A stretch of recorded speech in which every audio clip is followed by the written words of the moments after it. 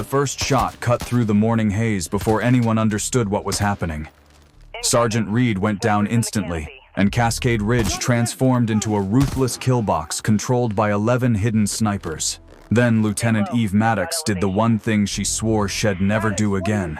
She opened the rifle case that belonged to a life she tried to bury. In the next 27 minutes, one woman climbed into the trees, turned the canopy into her battleground, and hunted the hunters through terrain designed to kill her. The forest remembered her name, and so did the man waiting in the highest branches, the ghost from her past. Before we begin, where are you watching from? And if you believe honor and courage still matter, help keep their stories alive. The first shot cut through the morning haze before anyone understood what was happening. Sergeant Reed staggered backward, a bloom of dark red spreading across his collar as he collapsed beside a fallen cedar log. Captain Rowan Blake spun toward the tree line, eyes wide, as the crack of the rifle finally echoed through Cascade Ridge like a delayed warning. Another round tore through a branch overhead, showering the team in splinters. Someone yelled, "Contact!" but the word was swallowed by the forest, drowned beneath the sudden roar of gunfire from above. 11 firing positions lit up the canopy, thin flashes of muzzle light hidden between needles and moss, arranged with brutal mathematical precision.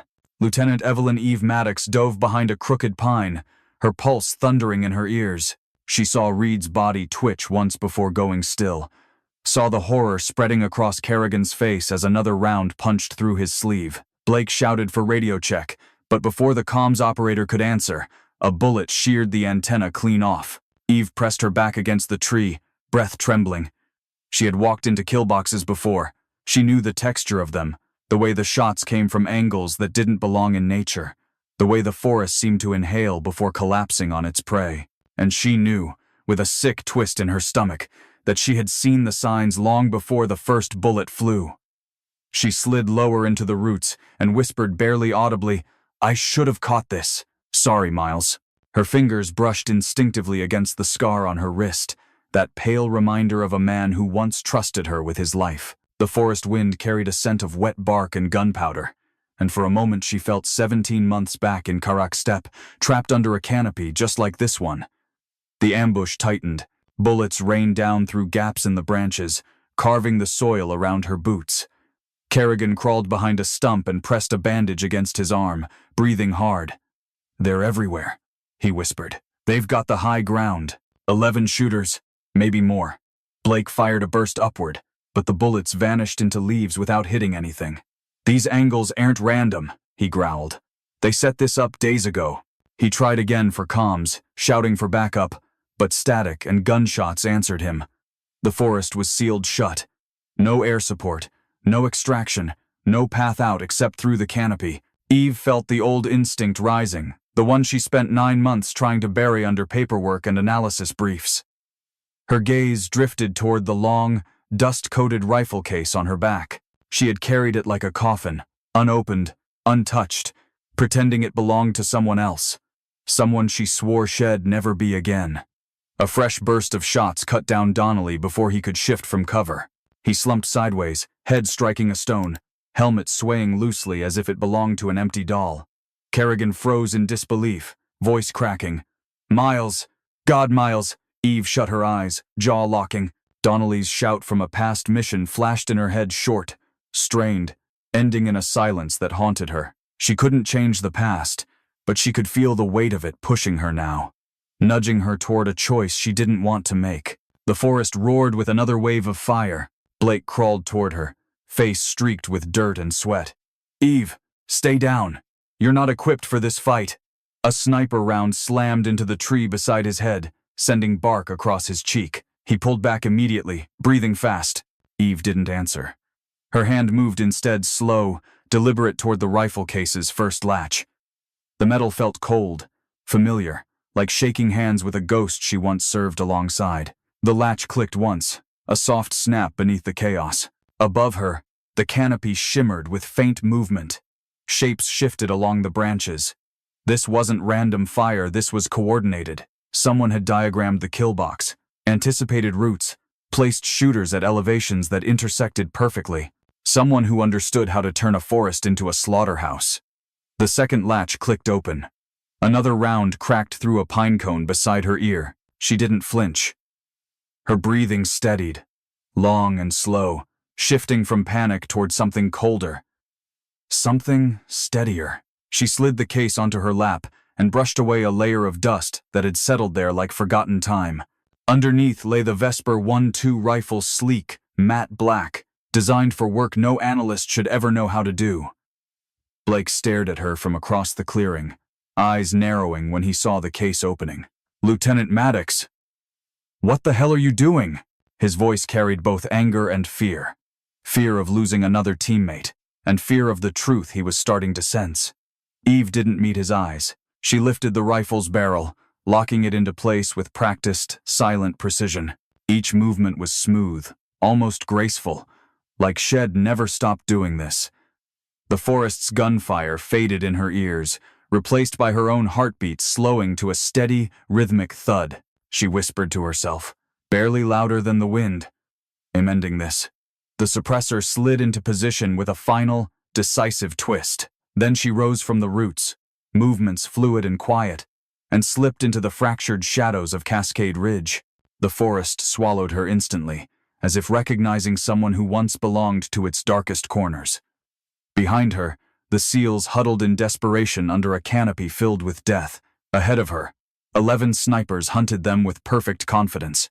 In 27 minutes, that confidence would end, and the forest would remember her name again.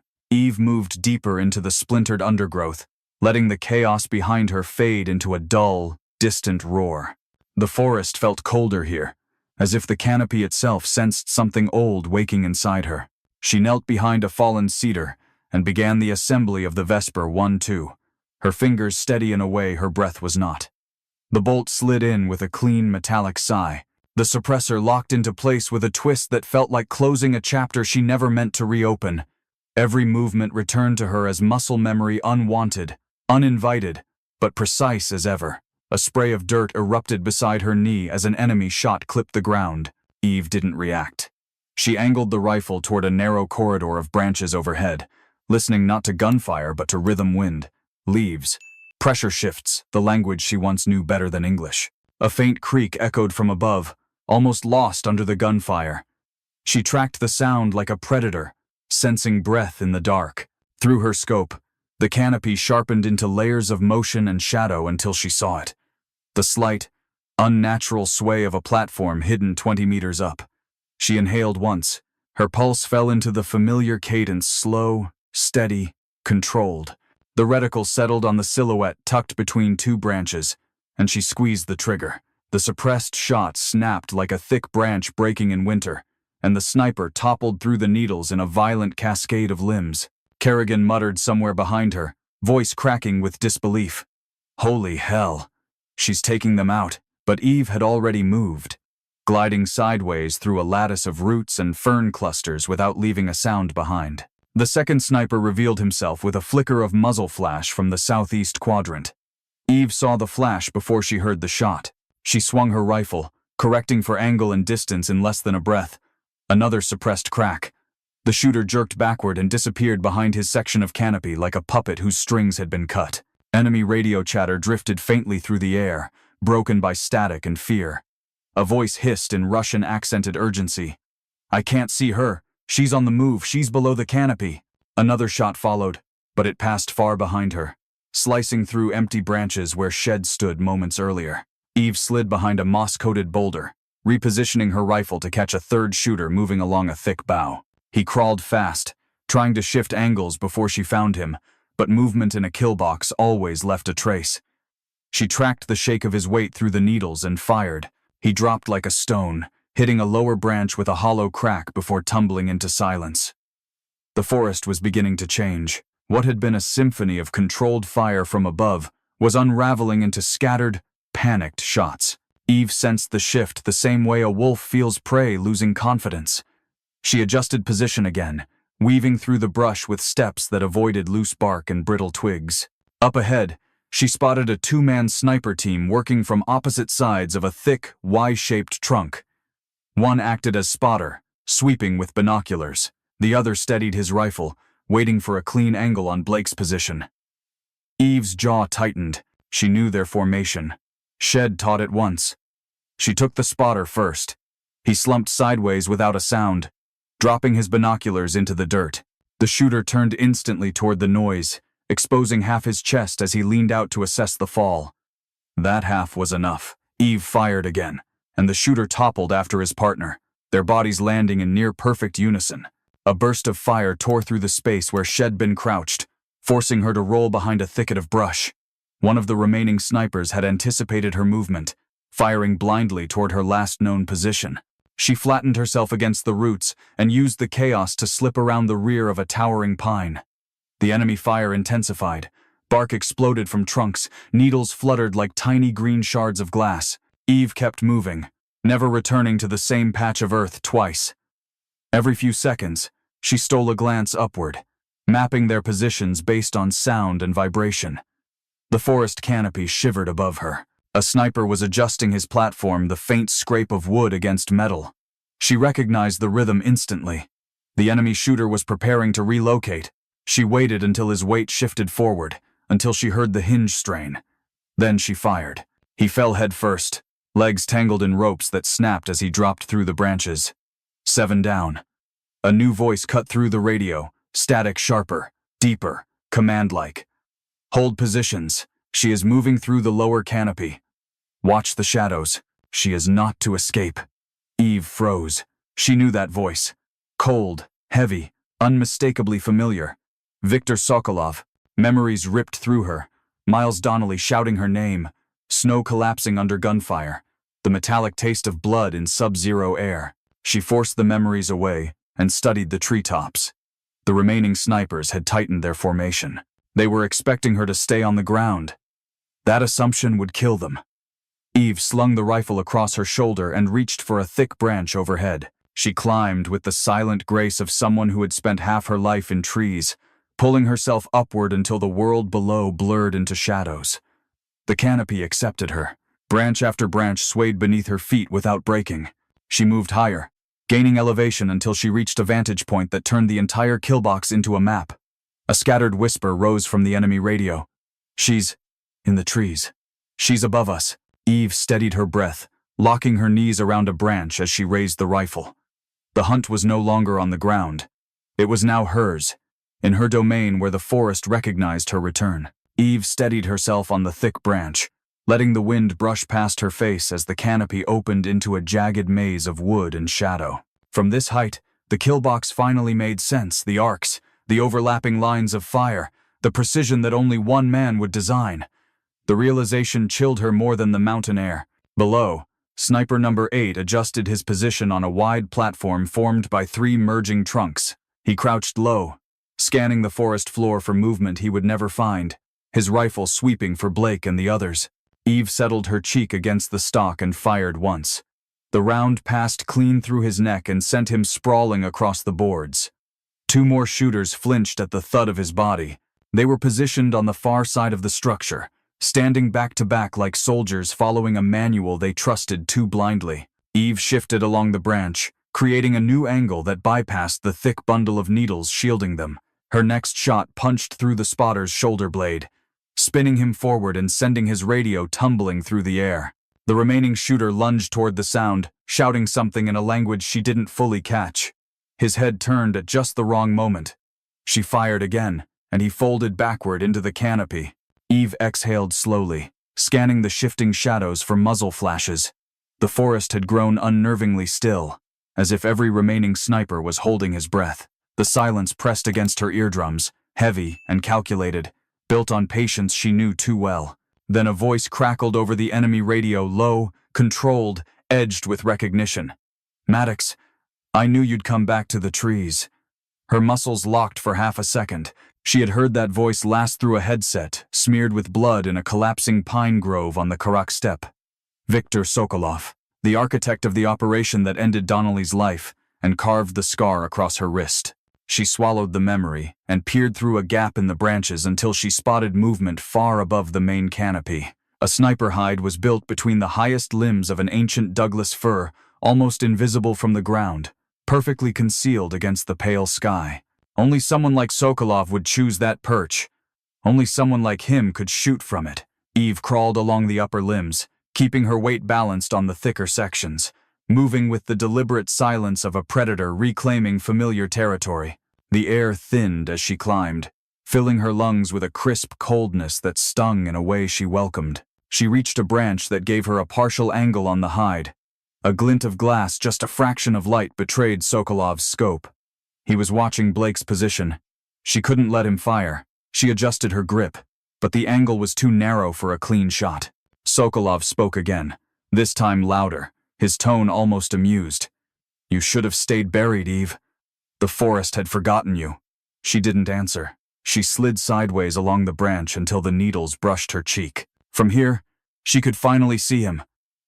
He was a shape wrapped in winter gear, calm and patient, breathing in rhythm with the sway of the treetop, the perfect hunter in the perfect nest. Eve steadied the rifle, but a sudden crack of wood snapped behind her. A lower branch, weakened by age, shifted under its own weight. Sokolov reacted instantly. His barrel pivoted toward her position with terrifying speed. She rolled onto her stomach as a bullet ripped through the space her head had occupied. Bark exploded across her forearm, and she angled the rifle downward, sliding further along the branch to escape his line of sight. Another shot followed, forcing her to cling to a smaller limb until the canopy stopped shaking. Sokolov spoke again, quieter, like a confession meant only for her. "I wondered if you'd chase me this time. Donnelly did. He died for it." The words tightened something inside her chest. She breathed once slow, stable, and let the emotion settle into focus rather than rage. Emotion clouded aim. Precision demanded clarity. She needed a trap. Eve removed her jacket and propped it against a broken chunk of bark, creating a silhouette perched in an exposed nook of the branches. She placed her pack beneath it to mimic a body shape. Then she slipped beneath the limb, crawling along the underside like a shadow moving between ribs. Minutes stretched. Needles rustled. The forest returned to its natural breath as birds scattered far beyond the ridge. She waited, still, silent, steady. Then it came the faint metallic click of a safety shifting. A quick exhale from above. A shot that tore through the decoy's shoulder, shredding fabric into the air. Muzzle flash. That was enough. Eve swung upward, braced her rifle against a branch, and aligned the scope with the faint glow still fading from Sokolov's barrel. He was adjusting for a second shot, unaware she had already found his heartbeat through the trembling leaves. She whispered, barely louder than her breath. For miles. The round cut through the canopy with a sharp, slicing hum. Sokolov jerked backward, the recoil of impact pushing him out of his nest. He fell through the branches like a collapsing marionette, hitting limb after limb until he vanished beneath the thick curtain of moss below. Silence blanketed the ridge again. No more gunfire. No more shouting. The kill box was broken. Eve remained perched in the branches for several seconds, chest rising and falling in uneven waves as adrenaline drained from her limbs. Her hands trembled on the rifle, but she kept her eyes open, watching the forest for any sign of movement. When she finally climbed down, her boots touched the soil with a soft thud. Blake and the others emerged from behind their cover, confusion and awe mixing across their faces. Kerrigan stared at her like he was seeing a ghost. Blake stepped forward slowly, lowering his rifle as he approached. "Lieutenant Maddox, what exactly are you?" Eve wiped a smear of pollen from her cheek, her expression unreadable beneath the dirt and sweat. "Someone who didn't want to be this anymore," she said softly. "But today didn't give me that choice." The wind carried her words into the quiet trees, and for the first time since the ambush began, the forest listened. The forest settled into a heavy stillness as Eve stepped away from the shattered killbox, her boots sinking into the damp soil with each careful stride. The adrenaline that had carried her through the canopy faded in uneven waves, leaving her muscles trembling with exhaustion. Blake watched her cross the clearing, unsure whether to approach her as a leader, a teammate, or someone he no longer understood. Kerrigan leaned against a tree, clutching his bandaged arm, his gaze fixed on her like Shed stepped out of a legend whispered among operators. "She moved like the forest was showing her where to go," he murmured, voice low and shaken. "Like it knew her." Blake ignored the comment. He wasn't ready to process what any of this meant. Right now, his priority was survival. "We still have a mission," he said, steadying his tone as he rechecked his gear. "Eve, your point. Get us to the vault." Eve gave a single nod and moved out, guiding the injured and shaken team through the dense thicket. Her steps were precise, avoiding patches of broken twigs and the faint disturbances that only she seemed able to interpret at a glance. The forest no longer felt hostile. It felt expectant, as though recognizing the presence of someone it once called its own. They traveled along a narrow ridge that wound between two slopes draped in ferns and wild pine. Eve raised a fist for the team to halt, then crouched beside a cluster of rocks. She brushed aside a layer of moss, revealing a concealed wire leading to a hidden vantage point overlooking the path. Another sniper, Nest One, no intel brief, had mentioned. "This would've cut us down on approach," she whispered, examining the line of fire. "Someone built this recently. Not part of the main structure." Blake felt a chill. The kill box they'd escaped wasn't just ambush, it was stage 1. This was stage 2. Eve disarmed the trap quietly, using a twig to unlatch a pressure pin before cutting the wire with her knife. She signaled the team forward, her voice barely rising above the rustle of leaves. "Stay on my movement. Don't break pattern." They planned for us to panic. Cascade Ridge opened into a valley, where a half-buried bunker blended into the hillside, wrapped in camouflage netting and dead branches. This was the Ghost Vault Sphera Group storage site for smuggled weapons. Blake raised his binoculars and scanned for guards, but Eve was already whispering the count. 6, visible. 2 in the brush to the northeast. 1 on the cliffside above us. Her voice held no hesitation. "They think the kill box wiped us out." Blake didn't ask how she saw all that. He simply trusted the answer. The team took positions. Eve signaled the sequence with a quick hand gesture, quiet, methodical, clean. Blake fired first, dropping a guard at the bunker's entrance.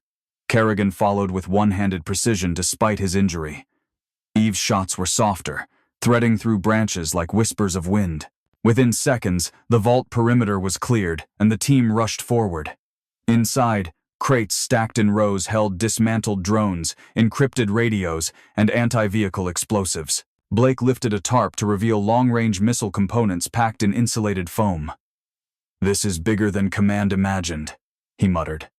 Eve knelt beside a relay station in the corner, examining its cables. She found a working field transmitter, wiped the mud off its panel, and tapped in coordinates with calm efficiency.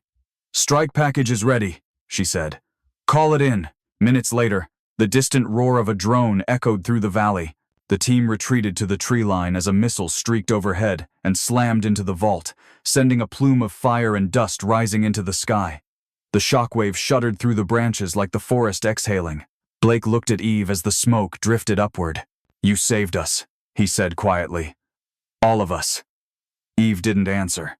Her eyes remained fixed on the plume, watching it curl above the treetops like smoke from a long-buried memory. Hours later, at Camp Alder Point, the team stood before Colonel Hayes for debrief.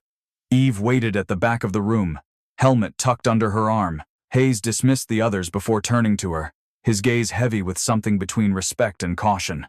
"Lieutenant Maddox," he said, tapping a classified file on his desk. "Your record doesn't match what Captain Blake reported today. Neither do your documented skill sets." He paused, searching her face, but the results speak for themselves. He slid the file toward her, a thick stack of pages buried under black redaction bars. On the top was her old designation, Nemesis 4, Obsidian Trace Operations. Eve felt her chest tighten. She hadn't seen that name in years. Hayes folded his hands. "I need someone who understands environments like Cascade Ridge. Someone who can outthink kill boxes, prevent ambushes, and teach others to survive when the forest turns hostile." His voice softened. "I want you to advise all upcoming operations in this region." Eve hesitated, searching his expression for motive. "Under conditions," she said. "My cover remains. I stay analyst on record. I teach, but I engage only when necessary, and my past stays buried." Hayes nodded. "Agreed. Welcome back to the role you were born for, Lieutenant." Eve didn't reply. She left the office with her rifle slung over her shoulder, stepping into the cool evening air that carried the faint scent of pine and distant rainfall. The forest loomed beyond the base lights, dark and familiar, as though waiting for her. 6 months later, Cascade Ridge welcomed her again, this time with students trailing behind her, young operators eager to learn how to read the land the way she did. Eve guided them through the undergrowth with calm authority, teaching them how to move with silence, how to see without being seen, how to let the forest speak. Just as she began demonstrating a canopy climb, a burst of static cut through a student's radio. Contact. Multiple snipers. Same sector as the Maddox incident. The group froze. Eve lowered her gaze, listening closely to the tremor in the transmission.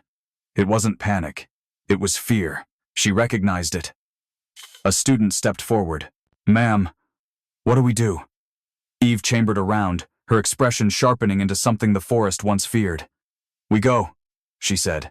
"Tonight, you'll learn why these trees remember me." The class followed as she moved toward the tree line, disappearing beneath branches that creaked like old memories returning. Another voice crackled through the radio behind them. "Ma'am, intel says there are 20 this time." Eve smiled faintly, almost welcoming the challenge. "Good," she whispered. "Means they finally learned." And with that, she vanished into the shadows, a ghost called back by the forest she once ruled. If you enjoyed the story, consider sending a super chat to help bring more stories like this.